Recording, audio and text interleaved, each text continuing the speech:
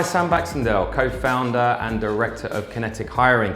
Delighted to be delivering the second in our Marketbytes War on Talent series. And today I'm going to be exploring some of the big no-nos that I've witnessed businesses need to avoid if they're going to be competitive in the current climate. So the first of these big no-nos is based on the use of these big onboarding enterprise platforms that we're seeing. In terms of the application process, I won't name names or platforms, but I think we are all familiar with them. As a candidate, if you're applying for a job, you go to the effort of building a CV and putting all of the pertinent data on there. And then when it comes to the application process, not only do you submit the CV, but you have to duplicate all of the data on these big bureaucratic faceless systems. Now, this is a common complaint that we regularly receive from candidates and contributes to the whole impression of this faceless organization.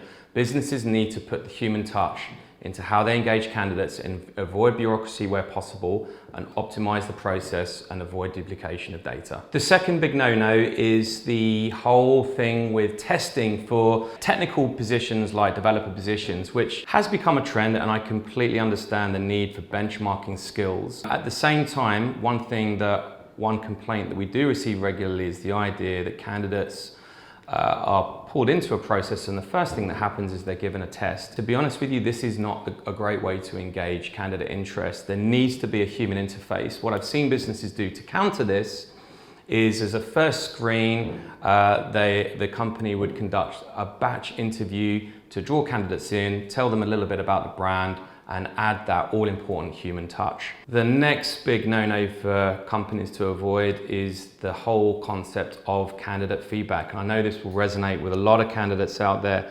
It's so important for employers to provide candidate feedback, whether it's simply giving a test result to a candidate that's been through the initial stage, or providing more qualitative feedback for candidates that have got to the latter stages. If you think about it, businesses need to think long-term about seducing the candidate community, and if all they're doing is leaving 90% of candidates they interview in their wake without feedback, they're going to be isolating their relationship with the very candidate community that they're trying to bring on board. So do put the effort in, provide feedback, and make that a key part of your process. So that concludes the second of our Marketbytes War on Talent episode, and we look forward to delivering the last one.